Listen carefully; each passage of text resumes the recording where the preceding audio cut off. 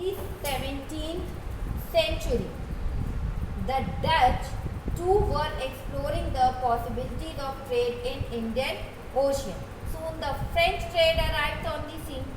अब क्या हुआ था 17th सेंचुरी में स्टार्टिंग में जो डच थे वो भी उन्होंने भी इंडियन ओशियन को ट्रेड के लिए एक रास्ता बना लिया, एक व्यापार, और वो इंडियन ओशियन का रास्ता ढूंढने लग गए, मतलब ट्रेड करने के लिए। और फ्रेंच ट्रेडर्स भी आ गए और कुछ समय बाद क्या हुआ, फ्रेंच ट्रेडर्स भी वहाँ पर आ गए इंडिया से ट्रेड करने के लिए। यू कैन से पुर्तगीज आए, इंग्लिश मैन भी आ गए और यूरोपियन पावर्स भी आ गई और फ्रेंच ट्रेडर्स भी आ गए, डच भी आ गए इंडियन से ट्रेड करने के लिए। एंड इंडिया से ट्रेड करने के लिए यहाँ पे सब पहुंच गए।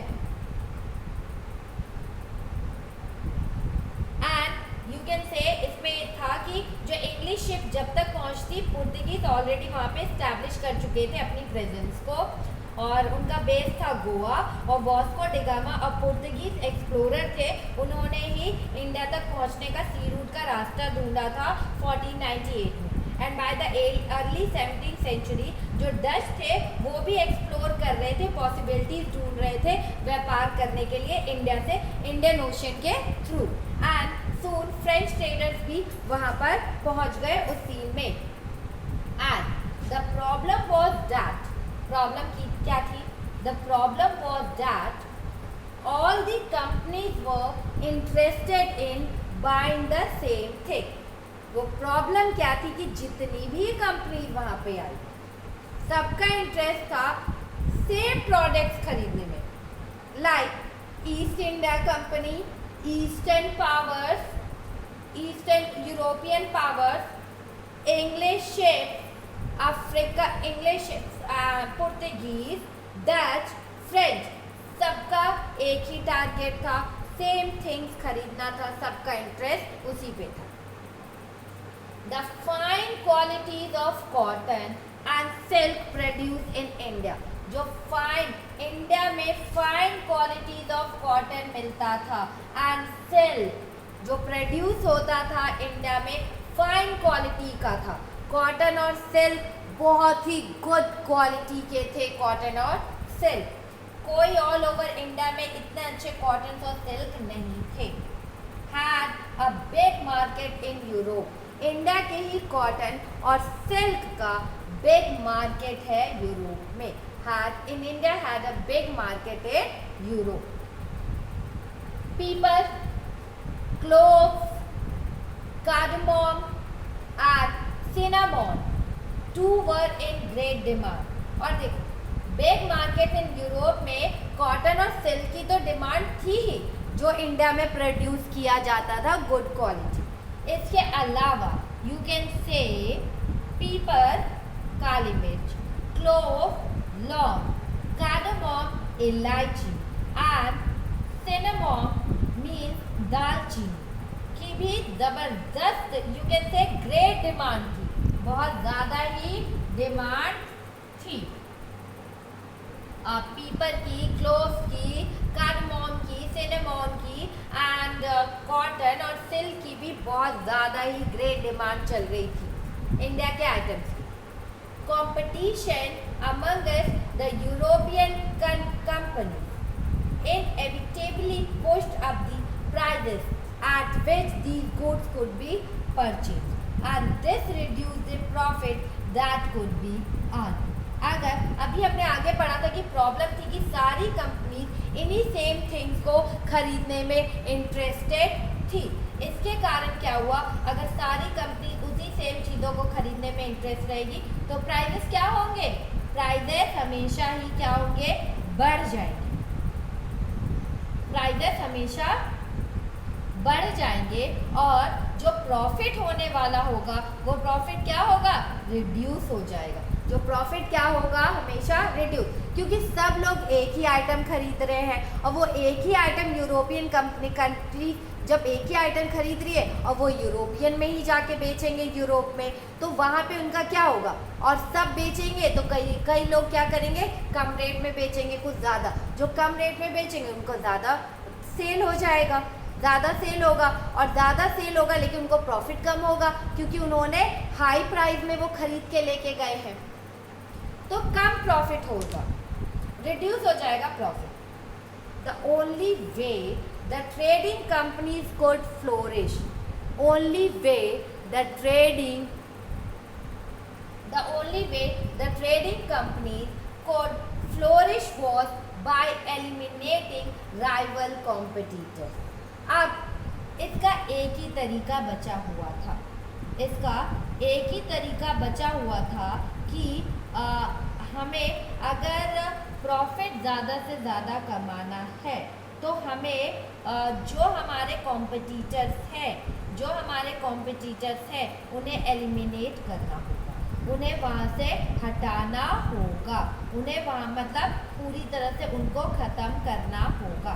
अगर हमें प्रॉफिट चाहिए, हमें फ्लोरिश होना है, हमें आगे बढ़ना है, तो हमें अपने राइवल्स कॉम्पिटिटर्स को हटाना होगा, राइवल्स कॉम्पिटिटर्स को एलिमिनेट करना होगा। And the urge to secure market therefore led to fierce battles between the trading companies।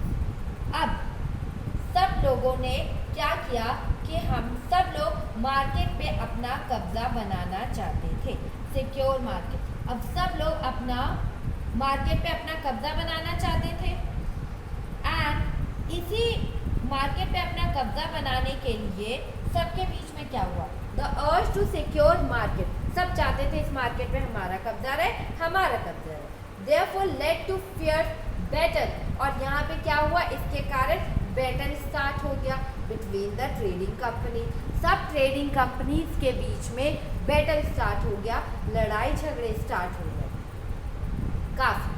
And क्योंकि सब चाहते थे कि इस मार्केट पे हमारा कब्जा रहे, हम यहाँ से सस्ती चीज़ें खरीद के बाहर महंगी चीज़ें बेचें, सब यही चाहते थे। And through the 17th and 18th century, they regularly sank each other's ships, blockaded routes, and prevented rival ships from moving with supply of goods। अब 17th और इनमें लड़ाई झगड़े तो स्टार्ट हो ही गए थे। 17 और 18 सेंचुरी में क्या हुआ, उन्होंने 17 और 18 सेंचुरी में उन्होंने क्या किया, दे रेगुलरली सैंक ईच अदर शिप, वो उन्होंने एक भी मौका नहीं छोड़ा, दूसरे मतलब वो मौका ढूंढते थे कि हम दूसरी ट्रेडर की शिप को डुबा देंगे। वो लोग कोशिश करते थे कि जो कॉम्पिटिटर है उनके शिप को डुबा दे, उनके शिप को वो डुबा देते थे। एंड ब्लॉकडेड रूट, उनके रूट्स को वो ब्लॉक कर देते थे, एंड और जिस वो राइवल शिप्स के and prevented rival ships from moving with supplies of goods, और कोशिश करते थे उनके सामने वो ब्लॉक्ड रूट्स खड़ा करते थे, और ब्लॉक रूट्स के कारण और जो उनकी शिप में सामान रहता था उस ब्लॉकडेड रूट के कारण वो आगे नहीं बढ़ पाते थे, क्योंकि अगर आप किसी का रूट ब्लॉक कर दोगे तो जो सामान होगा, जो राइवल शिप है, जो प्रिवेंटेड द राइवल शिप्स है, वो उन्हें आगे मूव करने नहीं देती थी। एक वो ब्लॉक रूट करते थे और उन्हें वो जो उनकी शिप पे सामान लोडेड रहता था उन्हें वो गुड्स को वो आगे बढ़ने नहीं देते थे। अब ये trade was carried on with arms and trading ports were protected through fortification. अब क्या हुआ था, अब जो ट्रेड हो रहा था वो आर्म्स के साथ हो रहा था, मतलब इस ट्रेड में बैटल एक दूसरे को डुबाना, रास्ता रोकना, ये तो चल ही रहा था। अब ट्रेड में क्या हो गया, आर्म्स का यूज़ होने लग गया था, बुलेट्स के यूज़ होने लग गए थे, गन के यूज़ होने लग गए थे। And trading post were protected through fortification, और जो ट्रेडिंग पोस्ट थे उनको उनकी प्रोटेक्शन के लिए क्या किया गया था, फोर्टिफिकेशन। फोर्टिफिकेशन मीन किलेबंदी कर दी गई थी, चारों तरफ से बहुत बड़ी बड़ी दीवारें बना दी गई थी और किलेबंदी कर दी गई थी, और उसके चारों तरफ से आर्म्स लेके लोग रहते थे। And this effort to fortify settlement, this effort to fortify settlement and carry on profitable trade, this effort to fortify settlement and carry on profitable trade also led to intense conflict with local ruler। अगर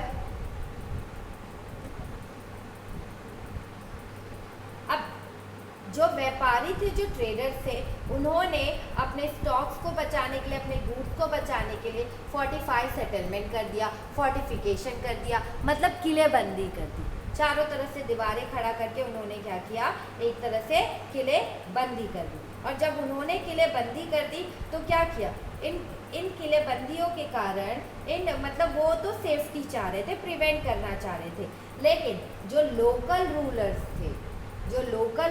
थे उन्हें ये पसंद नहीं आ रहा था, और उनके बीच में लड़ाइयाँ होने लग गई थी, और उनके बीच में लड़ाई स्टार्ट हो गई।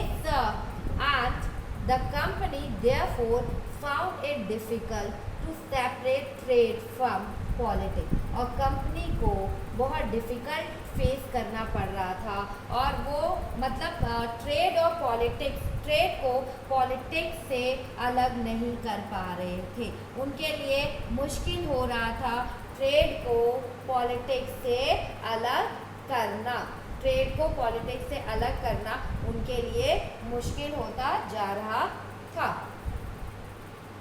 क्योंकि सब प्रॉफिट अपना चाहते हैं ट्रेड में, तो ट्रेड में प्रॉफिट के लिए सबने किलेबंदी कर दी, और किलेबंदी के कारण जो लोकल रूलर्स थे उनको उनकी चीज़ों को वो अपनी चीज़ें नहीं कर पा रहे थे, और इसी के बीच उनके बीच में भी कॉन्फ्लिक्ट स्टार्ट हो गया, उनके बीच में भी। और जो company therefore found it difficult to separate, और कंपनी को डिफ़िकल्टी होने लग गई थी कि दोनों को मतलब जो व्यापार है उसको पॉलिटिक्स से अलग करने में, व्यापार को पॉलिटिक्स से अलग करने में।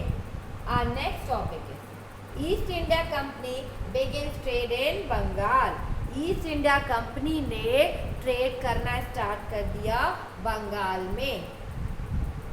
एंड कैसे उन्होंने बंगाल में अपना ट्रेड करना स्टार्ट कर दिया, let's study. The first English factory was setup, जो फर्स्ट इंग्लिश फैक्ट्री थी उन्हें वॉज सेटअप, इंग्लिश फैक्ट्री को कहाँ पे सेटअप किया गया था, setup on the banks of the river Hooghly, उनको सेटअप किया गया रिवर बैंक के पास, मतलब बैंक ऑफ द रिवर, जो रिवर का जो बैंक था यू कैन से किनारे पे, उसको हुगली को सेटअप, हुगली नदी के किनारे सेटअप किया गया था इंग्लिश फैक्ट्री को इन 1651 में। इन 1651 में first English factory was set up on the banks of the river Hooghly in 1651. In 1651.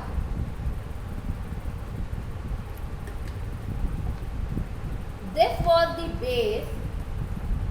उन्होंने सेटअप कर दिया हुगली नदी पे, ठीक है, और उन्होंने ये एक बेस था, This was the base from which the company traders known at that time as factors operator, और यहाँ पे कंपनी जो थी, अब जो कंपनी है उन्होंने अपना ट्रेड करना इसी जगह से स्टार्ट कर दिया जहाँ पे उनकी इंग्लिश फैक्ट्री हुगली नदी के किनारे सेटल हुए 1651 में, तो उन्होंने यहीं से ट्रेड करना स्टार्ट कर दिया। और इस फैक्ट्री में और इन जो ट्रेडर्स थे उस ज़माने में, मतलब यू कैन से जो फैक्ट्री ट्रेडर्स थे, हम उस टाइम में इनको क्या कहते थे, फैक्टर्स कहते थे। उस टाइम में हम इनको फैक्टर्स से, फैक्टर नाम से जानते थे, फैक्टर कहा जाता था। एंड इन द फैक्ट्री, इनको हम फैक्टर कहते थे। The factory had a warehouse where goods for export were store, मतलब फैक्ट्री के पास एक वेयर हाउस था, एक स्टोर हाउस था, जिसमें वो सामानों को रखते थे एक्सपोर्ट करने के लिए, दूसरी जगह भेजने के लिए वो इन सामानों को यहाँ पे स्टोर कर रखते थे। एंड इट हैड ऑफिसेस, वो उनके पास it had offices where company officials थे, और कुछ ऑफिसर्स भी मतलब ऑफिसर्स भी बनाए गए थे जहाँ कंपनी के ऑफिसर्स, जो कंपनी के ऑफिसर्स थे वो वहाँ पे बैठते थे। कंपनी के जो ऑफिसर्स थे वो वहाँ पर जाके बैठते थे and you can say as trade and expanded, जैसे ही ट्रेड उनका व्यापार एक्सपैंड हुआ, the company persuaded merchants and traders to come and settle near the factory। जैसे उनका व्यापार मतलब ट्रेड बढ़ता जा रहा था, कंपनी ने मर्चेंट्स को, सौदागरों को और व्यापारियों को फैक्ट्री के आसपास आकर सेटल होने के लिए कहा। आज जैसे जैसे उनका व्यापार बढ़ रहा था तो कंपनी ने क्या कहा, मर्चेंट्स और ट्रेडर्स को कहा कि आप लोग भी हमारी फैक्ट्री के आसपास आकर सेटल डाउन हो जाइए, हमारी फैक्ट्री के आसपास आकर सेटल डाउन हो जाइए। And in 1696 it began building a fort around the settlement, in 1696 में कंपनी ने क्या कहा, कंपनी ने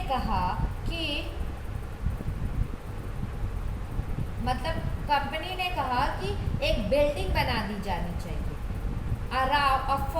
अराउंड दी सेटलमेंट, यहाँ पे जितने लोग सेटल्ड हैं उनके चारों तरफ, जितने भी जहाँ पे व्यापार कर रहे हैं हम लोग, जो व्यापार मर्चेंट्स हैं, ट्रेडर जो यहाँ पे सेटल होने आ रहे हैं, जो लोग हैं, सबके मतलब कि एक बाउंड्री बना देनी चाहिए, एक अपना इलाके को डिफाइन करने के लिए, रीजन को डिफाइन करने के लिए एक बाउंड्री डिफाइन कर देनी चाहिए। मतलब सेटलमेंट, एक बिल्डिंग, फोर्ट जैसी बिल्डिंग, किले जैसी बिल्डिंग बना देनी चाहिए। And 2 years later, it bribed Mughal officers into giving the company जिम्मेदारी rights over 3 villages. 2 years later, and चारों तरफ किला बना देना चाहिए, शुरू कर दिया गया था। 96 उन्होंने बनाना, बिगिन लिखा हुआ, उन्होंने बनाना स्टार्ट कर दिया गया था, चारों तरफ किला बनाना। एंड 2 साल बाद, 2 years later, उसने 2 years later क्या हुआ कि जो मुगल ऑफिसर्स को ब्राइब दिया, मतलब रिश्वत देकर, रिश्वत दिया उनको, मुगल ऑफिसर्स को रिश्वत दी। 2 साल बाद उन्होंने क्या किया, मुगल ऑफिसर्स को रिश्वत देकर कहा जो कंपनी की जिम्मेदारी, आप 3 विलेजर्स हैं उनकी ज़मींदारी हमें दे दीजिए, उन पर हम हक जताना चाहते हैं, इसीलिए उनकी रिस्पॉन्सिबिलिटी हमें दे दीजिए। और क्या बोलते हैं, ब्रिटिशर्स ने ये कहा, ईस्ट इंडिया कंपनी ने ये कहा, और जो मुगल ऑफिसर्स थे उन्होंने क्या किया, पैसे लेकर उनको 3 गांवों की जिम्मेदारी दे दी। 3 गांव की जिम्मेदारी उनको दे दी गई, rights over 3। One of these war, उनमें से एक क्या था, कैलकटा। उसमें 3 गांव कौन कौन से थे, 3 विलेजेस। फर्स्ट था कैलिकटा, फर्स्ट कौन सा था, कैलिकटा, कालीकट्टा, कैलिकटा नहीं कालीकट्टा, which later grew into the city of Calcutta. कलीकत्ता था, कालीकट्टा था, जो बाद में कलकत्ता या कोलकाता बना, बाद में कलकत्ता बना, और अभी हम उसको क्या कहते हैं, कोलकाता। अभी हम उसको क्या कहते हैं, कोलकाता। कालीकट्टा पहले क्या था, उनमें से एक विलेजर का नाम विलेजर था कालीकट्टा। उसके बाद से उसको हमने उस सिटी को, उस गांव को चेंज करके सिटी में ही बनाया, और उसके बाद कलकत्ता दिया नाम उसका, और आफ्टर दैट कोलकाता। आज हम उसको क्या कहते हैं, कोलकाता।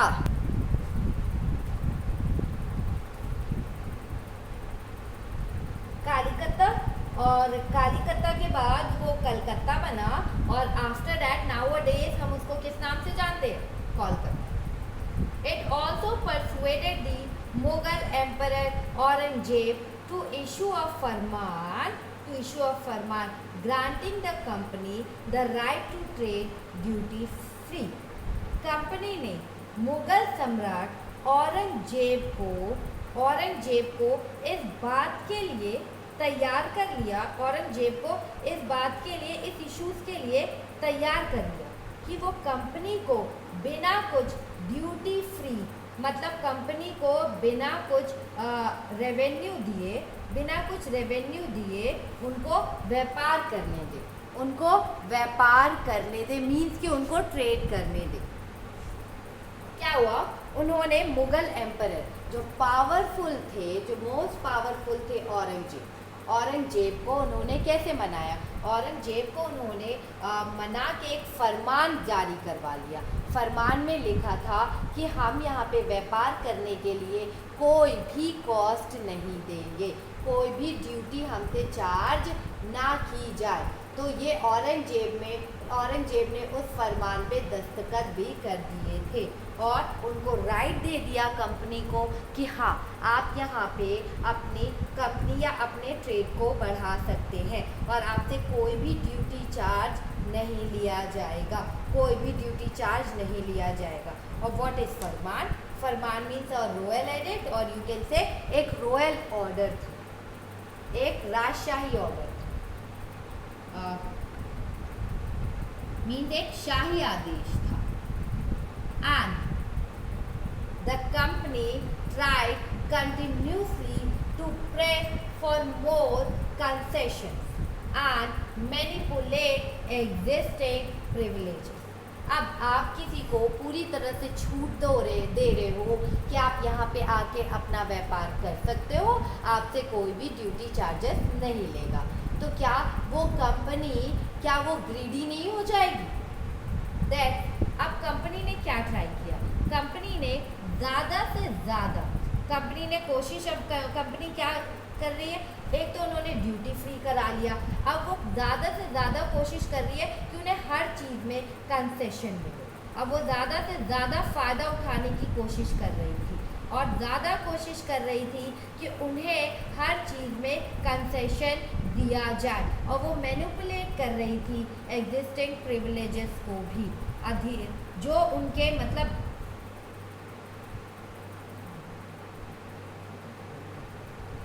और कंपनी ज़्यादा से ज़्यादा कंसेशन हासिल करना, ज़्यादा से ज़्यादा वो कंसेशन चाह रही थी कि उन्हें औरंगजेब ज़्यादा से ज़्यादा कंसेशन दे, और जो पहले से उन्होंने जो रूल तय करके रखा हुआ है, और उसका वो जो उनको फरमान मिला था जिससे उन्हें ड्यूटी फ्री करना है, तो वो ज़्यादा से ज़्यादा उसका ट्रेड का फ़ायदा भी उठा रही थी। कि वो चाह रही थी कि उन्हें ज़्यादा से ज़्यादा कंसेशन मिले।